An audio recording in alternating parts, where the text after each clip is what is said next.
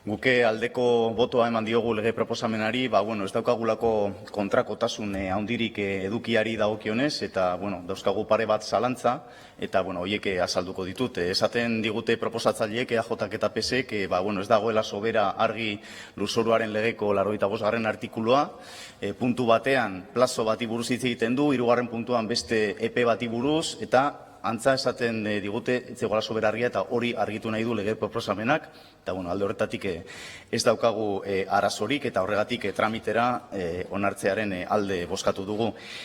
Gure zalantza izango zen ea beharrezkoa ote den. Hemen bertan esan da, jurisprudentzia dagoela zentzu batean, eta esan behar da lege hau egin zela duela 17 urte. Eta 17 urte hauetan ez dira arazo handirik egon artikulu honen ulerkerari dagokionez gure ustez. Eta zentzu horretan, beharraren inguruan dauzkagu zalantzak, eta bigarrenik dauzkagu zalantza batzuk hemen ere azaleratu direnak, eta dira tramitatu edo aurrera eramaten den presarekin, ezta?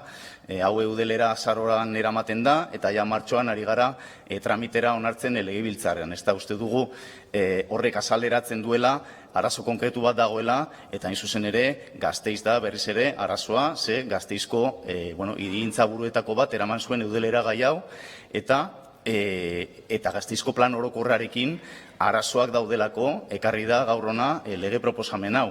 Uste dugu, zintzoagoak izan zitezkela alderdi batzuk esan digutenean ez egoela inolako arazorik Gasteizko plan orokorraren tramitazioarekin, eta hori hala izan balitze, hau ezan beharrezkoa. Uste dugu ez direla etxeko lanak behar bezala egin, agindu zen plan orokorra legealdi honetan aprobatuko zela eta ez da aprobatuko, eta horregatik behar da orain epe luzeago bat plan orokor hori aprobatzeko.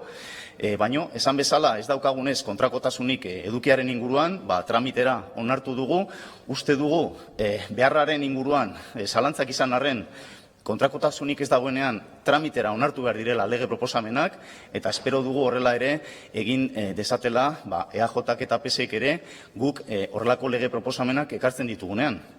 Ze esate baterako, atzo bertan, Jaurlaritzak irizpen negatiboa eman zion EH Bilduk egindako lege proposamen bati, hain zuzen ere lurzoruaren legea aldatzeko baita ere, eta erlazio handia daukana gaur ona ekarri den lege proposamenarekin.